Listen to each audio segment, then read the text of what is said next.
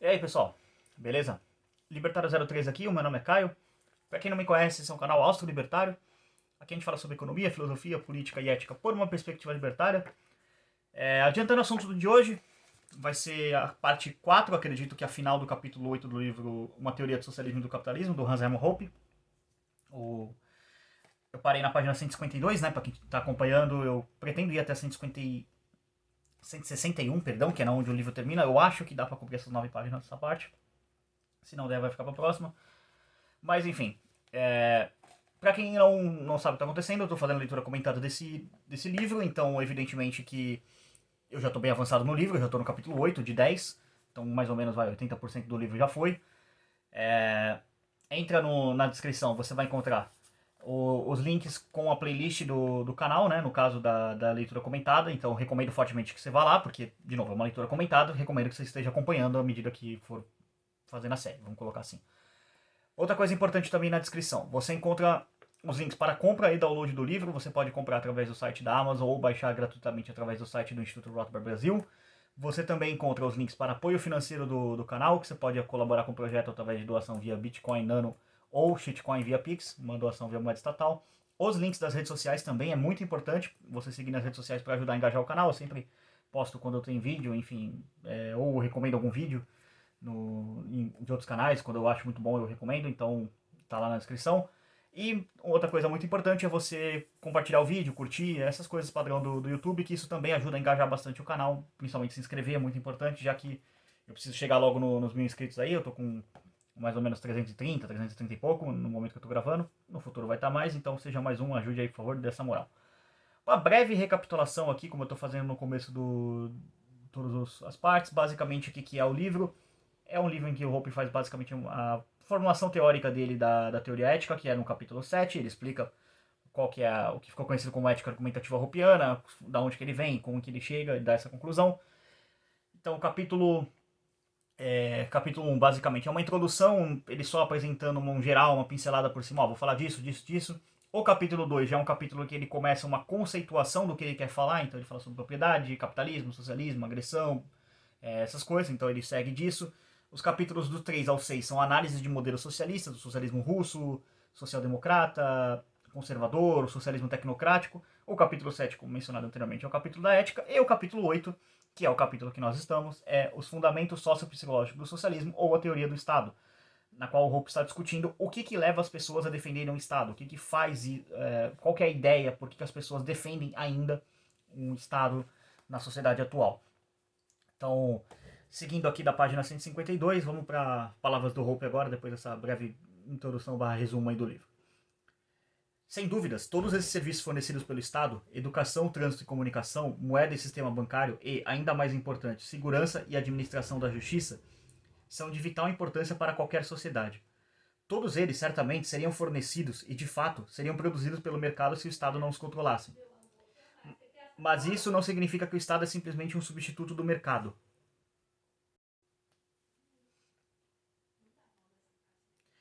O Estado se envolve nessas atividades por uma razão completamente diferente das dos negócios privados. Não apenas porque há uma demanda por eles, mas porque essas áreas de atividade são de importância estratégica fundamental para assegurar a existência prolongada do Estado como uma instituição privilegiada e construída com base na violência agressiva. E esse diferente plano estratégico é responsável por um tipo peculiar de produto. Uma vez que educadores, funcionários dos sistemas de trânsito e comunicação, dos bancos centrais, da polícia e da justiça são todos pagos por recursos oriundos dos impostos, os tipos de produtos ou serviços fornecidos pelo Estado, embora certamente tenham algum valor positivo para determinadas pessoas, nunca poderão ser de uma qualidade tal qual que todos concordariam de forma deliberada a gastar com eles o próprio dinheiro. Pelo contrário, todos esses serviços compartilham as características que contribuem para deixar o Estado aumentar sua própria renda, coercitivamente expropriada, ao beneficiar alguns e prejudicar outros. E aqui a nota 152, que é importante. Franz Oppenheimer, um dos caras que eu quero trazer os livros dele aqui pro canal futuramente. System der Sociology, der Staatsstudiger, enfim, citando aqui. O que o Hoppe fala? Oppenheimer resume da seguinte forma o caráter discriminatório peculiar dos bens fornecidos pelo Estado, em particular o da produção do direito e da ordem. Páginas 322 e 323 do livro citado. A norma fundamental do Estado é o poder, ou seja, visto a partir de sua origem, é a violência transformada em força. A violência é uma das poderosas forças modeladoras da sociedade, mas não é em si mesmo uma forma de interação social. Deve se transformar em direito no sentido positivo do termo, ou seja, sociologicamente falando, deve permitir o desenvolvimento de um sistema de reciprocidade subjetiva. E isso só é possível através de um sistema de restrições autoimpostas sobre o uso da violência e da aceitação de certas obrigações em troca de seus direitos usurpados. Dessa forma, a violência é convertida em força e surge uma relação de dominação que é aceita não apenas pelos governantes, mas também pelos subjugados sob circunstâncias não muito severamente opressivas, como expressão de uma justa reciprocidade. Dessa norma fundamental surgem agora as normas secundárias e normas terciárias como implícitas daquela. Normas do direito privado, das sucessões, das obrigações e constitucionais, todas carregando a marca da norma fundamental do poder e da dominação, e todas planejadas para influenciar a estrutura do Estado de tal forma que aumente a exploração econômica ao nível máximo que seja compatível com a continuidade da dominação legalmente regulada. A ideia fundamental é de que o direito nasceu de duas raízes essencialmente diferentes. Por um lado, do direito de associação dos iguais, que pode ser chamado de direito natural, mesmo que não seja direito natural, e aqui ele coloca entre aspas, então é uma colocação importante aqui. Por outro lado, da lei de violência convertida em força regulamentada, a lei dos desiguais, ou seja, como colocar aqui isso aqui no resumo, é basicamente assim: o Estado ele se estabelece, ele chega para você e fala, olha só, eu posso cobrar impostos de você, mas você não pode cobrar impostos de outra pessoa. Imagina assim, se você indivíduo, chegasse na porta de uma casa e falasse, olha só, você aí que está nessa casa, boa noite e tal, boa tarde, bom dia, enfim, meu nome é tal, eu vim aqui cobrar um valor equivalente a 4% do valor que eu calculei que eu acho que a sua casa vale. E a pessoa poderia falar, não, sai daqui, seu maluco. E você, sei lá, aponta uma arma pra pessoa e fala, não, você vai pagar. O Estado ele não faz isso. Não diretamente, evidentemente. Ele manda um boletim, um cartãozinho para sua casa, chama ele de IPTU, Imposto sobre Propriedade de Terrenos Urbanos, e fala assim, ó, seria muito legal, muito maneiro, muito bacana se você pagasse essa taxa aqui pra mim, sabe? Se você não pagar, ele manda uma outra cartinha menos educada, já com um tom de mais ameaçador. E se você não pagar, aí ele manda o capacho armado dele para poder roubar você, que é o que um ladrão teria mais decência de fazer. Porque o Estado ele é um ladrão indecente. Pelo menos o ladrão ele rouba você e vai embora. O Estado não, ele rouba você e te escraviza. Então tem essa diferença. Vamos separar o crime organizado ou o crime comum, né, que seria mais um ladrão aleatório, do crime mais que organizado, que é o Estado.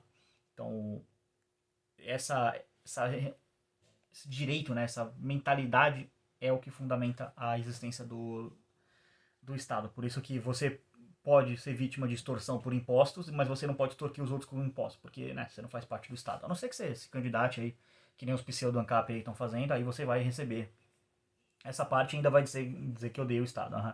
Você odeia quem tá colocando comida na sua boca. Acredito pra caralho. Mas enfim, vamos lá.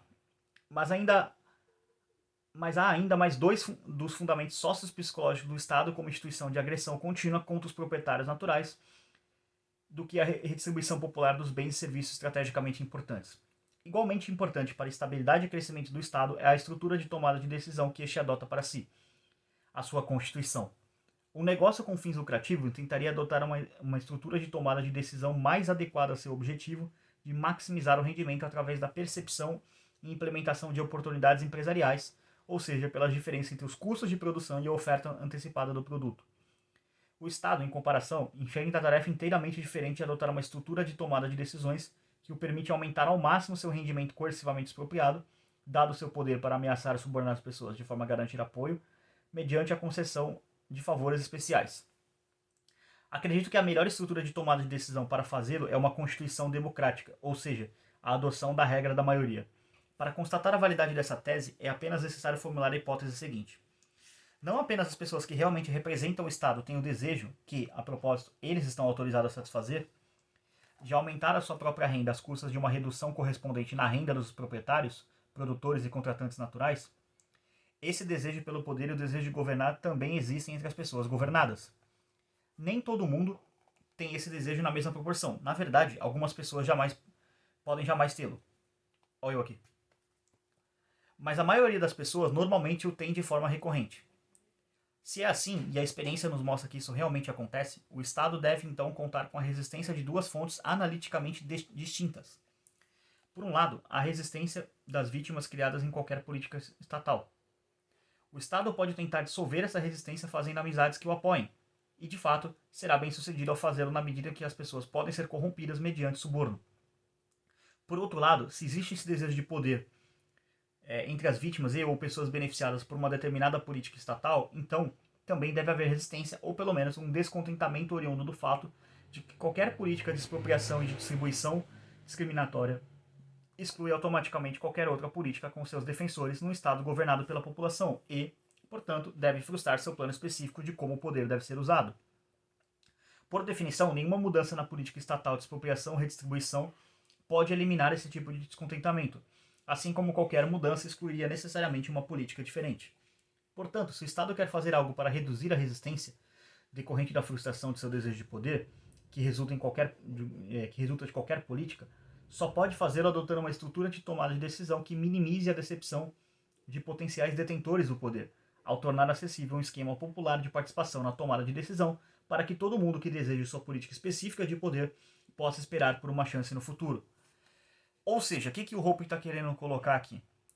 Que se simplesmente assim, vamos colocar que seja um Estado que ele simplesmente toma as decisões e ele não consulta a população num plebiscito democrático. Ele só, tipo, foda-se, eu decidi que todo mundo tem que tomar um soco na cara todo dia. As pessoas dificilmente vão olhar para isso e falar, cara, isso aqui é bizarro, eu tô tomando soco na cara aqui todo dia, são 365 socos por ano, sei lá, um dia aí um cara deu um soco mais forte, quebrou meu maxilar, tive que gastar com dinheiro, com saúde, enfim, pra consertar meu maxilar, ou sei lá, o cara quebrou meu dente, tive que implantar outro. Isso aqui é um absurdo. O que o Estado faz? Ele transforma o que soaria absurdo para as pessoas em democrático. Porque essa é a palavra do Estado, essa é a palavra, é democrático. Porque assim, se tivesse uma regra que falasse assim, não, todo mundo tem que tomar um soco na cara todo dia quando acorda de manhã. Pô, dá um porradão lá, vai ter um funcionário público para dar um soco na cara de todo mundo. Beleza. Mas aí o Estado vai fazer isso? As pessoas não vão gostar. Agora, se aprova uma lei pelos representantes legais eleitos na democracia, faz todo o rito democrático, aquela galera foi eleita, ganhou a eleição, aí passa uma lei que fala, não, gente, ó, todo mundo vai ter que tomar um soco na cara de manhã quando acordar, porque tá embasado na lei tal, de 2000 e tanto. Aí o que as pessoas vão falar? Não, é verdade, tá na lei, né? Tá na lei. Não tem o que fazer, tá na lei, a lei é certo, lei certa. Então é isso que o Estado faz. Ele transforma o absurdo em democracia e em democrático. Por quê? Porque ele torna as pessoas demandantes do absurdo e ele se torna o ofertante daquele absurdo. Porque se você parar para pensar, 5 segundos, não precisa ser muito tempo, 5 segundos, você consegue olhar para tudo que o Estado faz e falar, isso não tem a menor lógica.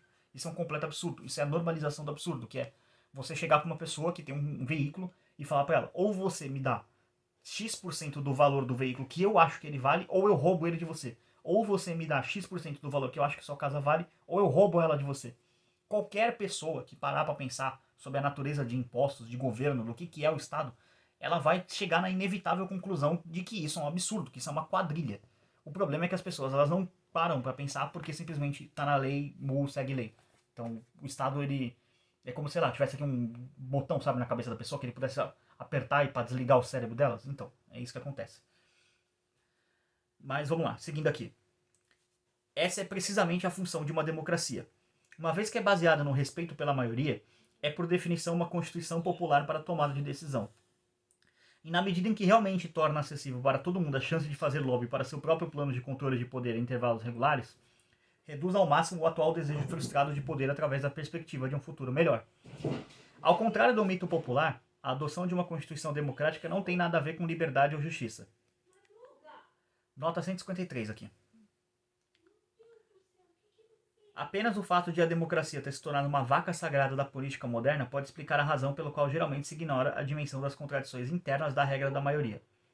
Em primeiro lugar, isso já é decisivo, se é possível aceitar a democracia como justificada, então também se deveria aceitar uma abolição democrática da democracia e a substituição da democracia por uma autocracia ou por um capitalismo libertário. E isso demonstraria que a democracia, como tal, não pode ser considerada como um valor moral. Isso aqui é uma coisa muito importante. Você vê aqui no Brasil, vamos pegar a Constituição aqui do Bostil, ela torna criminoso qualquer indivíduo que fale na dissolução do Estado democrático de direito. E os democratas, eles falam assim, que todo mundo é livre para questionar tudo na democracia, até mesmo a própria democracia. Alguém fala isso por cabeça de piroca? Que ele tá prendendo pessoas que questionam a existência da democracia? Alguém avisa isso?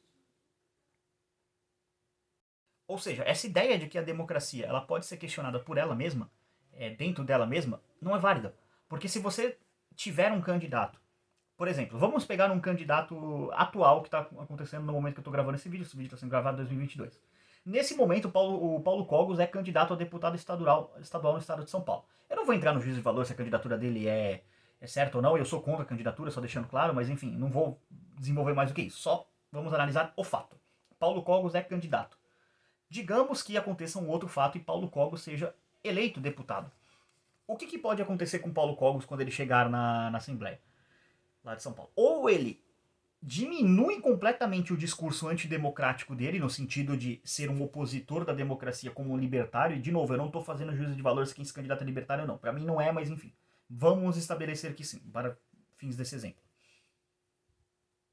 Entendam que eu estou fazendo um exemplo, não é o que eu defendo. Então vamos lá. Qualquer rito, vamos colocar assim, qualquer ato do Paulo Cogos na sua vida pregressa, antes dele se tornar um político, pode ser usado, e provavelmente será, isso aqui é meio que uma futurologia, será usado para caçar o mandato dele, porque o Paulo Cogos ele tem diversos vídeos gravados na internet no qual ele se posiciona radicalmente contra a democracia. Então, qualquer candidato que entra no Estado, ele não pode ser um antidemocrata, ele tem que ser um democrata, ele tem que ser um defensor da democracia. Então, de novo, a ideia de que você pode se eleger para poder acabar com a democracia é completamente falsa, porque a democracia ela não tolera ideias antidemocráticas.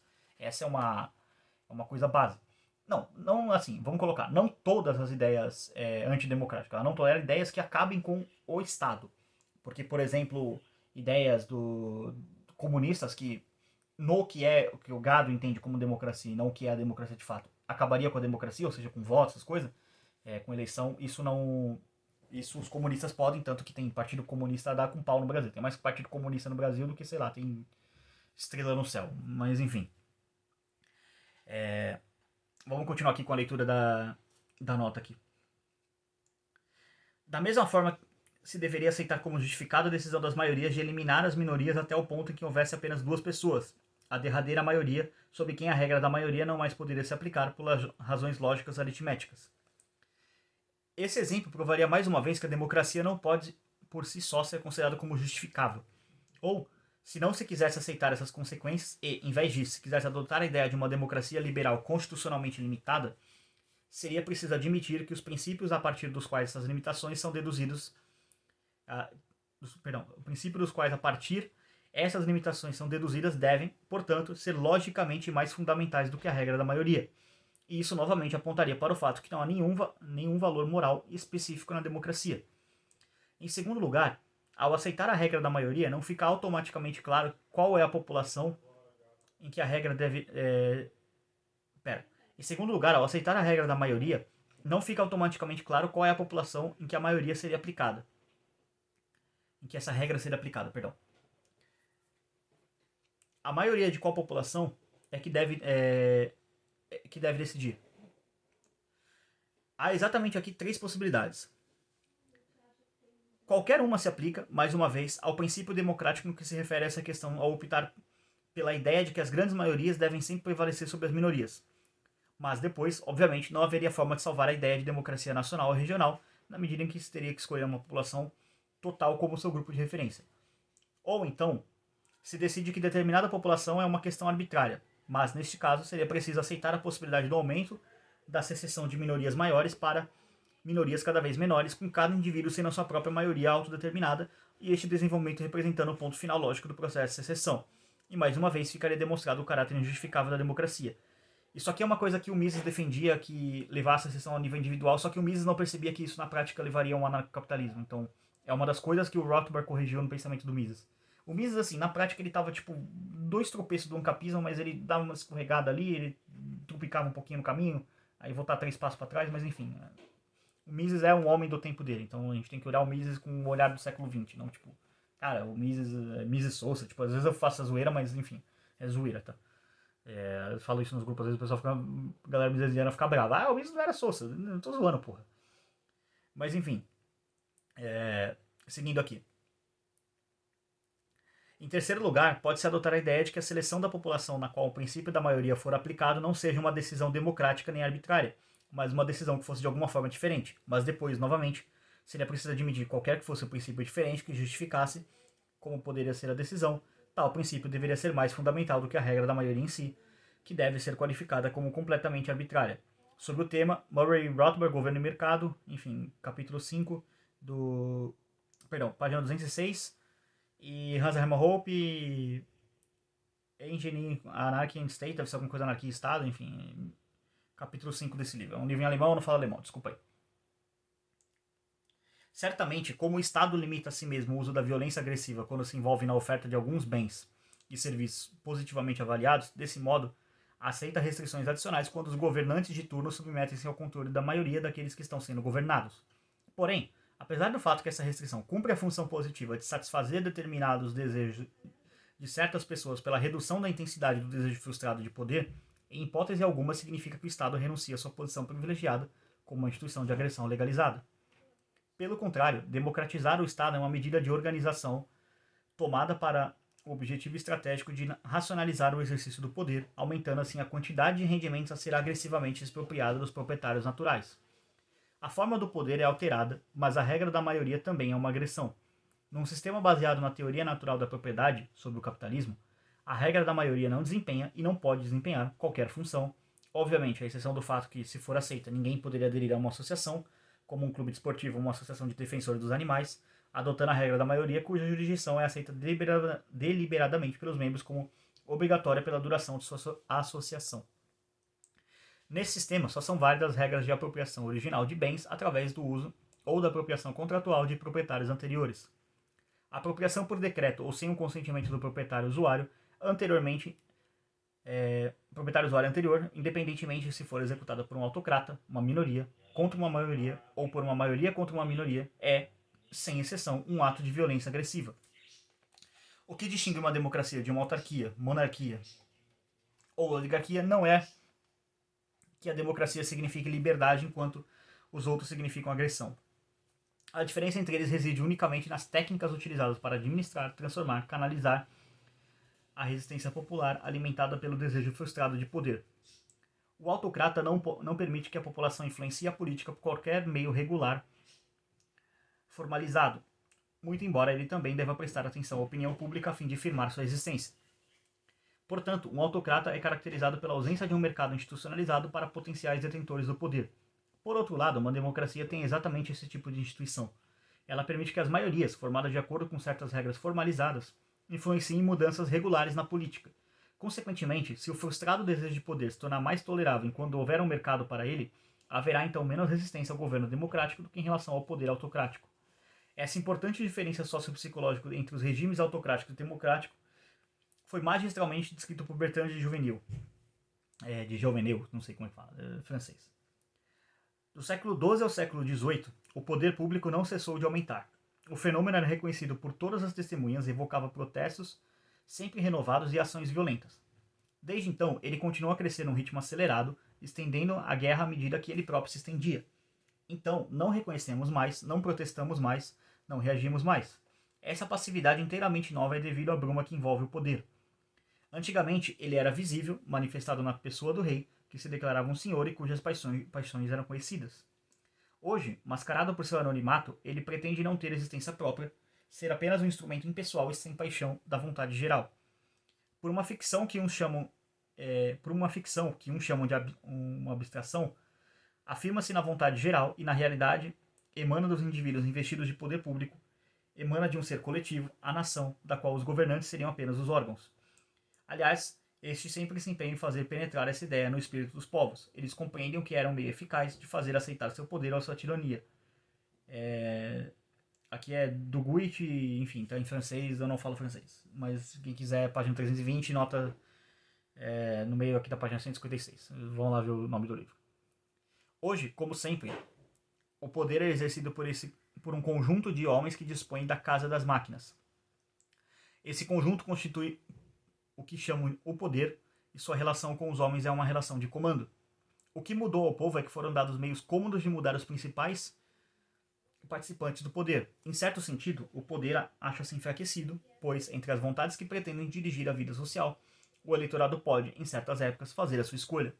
Mas, ao abrir todas as ambições e perspectivas de poder, esse regime facilita muito a sua extensão. Sob o antigo regime, os espíritos capazes de exercer uma influência sabendo que nunca fariam parte do poder estavam prontos a denunciar seu menor abuso, enquanto agora, sendo todos pretendentes, não há nenhum interesse em diminuir uma posição que se espera um dia alcançar, em paralisar uma máquina que se pensa usar chegada a sua vez.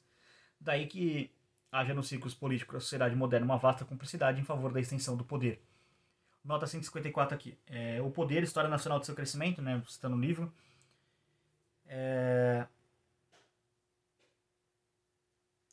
Enfim, é uma nota da tradução. Enfim, não tem nada muito interessante aqui. Vamos lá. Esse vídeo aqui já tá com 26 minutos. Eu achei que daria pra terminar o capítulo hoje, mas não vai dar. Então eu vou fazer o seguinte: eu vou encerrar o vídeo aqui. E a próxima parte de fato vai ser a última, porque é só o final da página 157, né? Que eu tô nessa parte aqui. E vai até a 161, que é uma página mais curta, como vocês podem ver, ela não é completa. Então vou parar por aqui a gravação. Agradeço a todo mundo que está assistindo, acompanhando a série. A série tá tendo bastante view, considerando assim que é uma série, né? Então, tipo, eu espero que não seja muita coisa. Agradeço a todo mundo que está acompanhando. Chequem os links na descrição, se inscrevam no canal, compartilhem o vídeo. Por esse vídeo é isso. Tchau, tchau.